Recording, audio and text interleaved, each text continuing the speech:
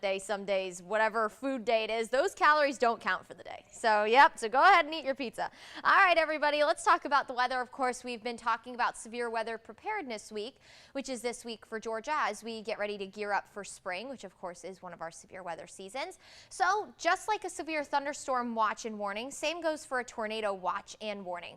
For a watch, that's getting you prepared. Conditions are favorable for tornadoes within the next few hours. Typically, the National Weather Service up in Peachtree City tries to give you about a 4-hour notice before we start to have that potential for tornadoes. So before maybe say a cold front carrying the potential for supercells rolls through, they try to give you at least a 4-hour watch.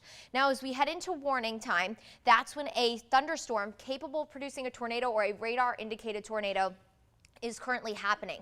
That's when you need to take action if we have a warning. Of course, that's typically when you see us on TV letting you know where that is. Now, where to go? Of course, we talk about this a lot when we are in severe weather mode.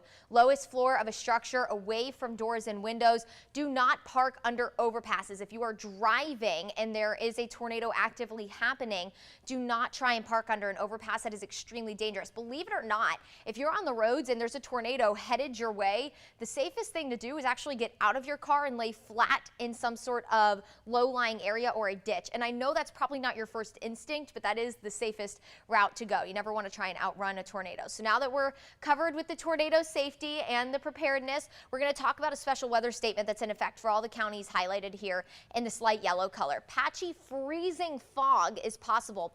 That is a bigger concern closer to the coast where there's just more moisture naturally closer to the coast. Because temperatures are below freezing this morning, on any kind of higher bridges and overpasses, it will be possible for some spots to become slick. So you just want to be extra careful. We're going to keep an eye on any fog developing this morning because that's where it would be a concern. But right now we're pretty much all clear, just cold with temperatures in the upper 20s and low 30s. All you students heading to the bus stop, bundle up. As we head towards 9 o'clock, we will go above freezing, and that's when we'll be able to pull back on that, watching for any kind of freezing fog. And through the day today, temperatures will climb into the low 60s with lots of sunshine.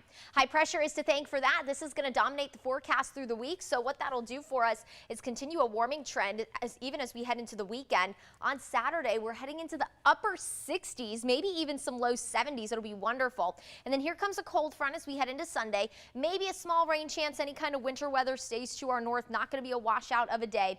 It does look like most of the rain will be for the afternoon hours, but as we head into the evening for Super Bowl time, looks like we'll start to clear out, but it will be very cold and breezy as we head into Sunday night. Speaking of cold, we'll kick off next week in the upper 20s. Valentine's Day dry with upper 50s, and we'll keep the nice weather going into Tuesday next week.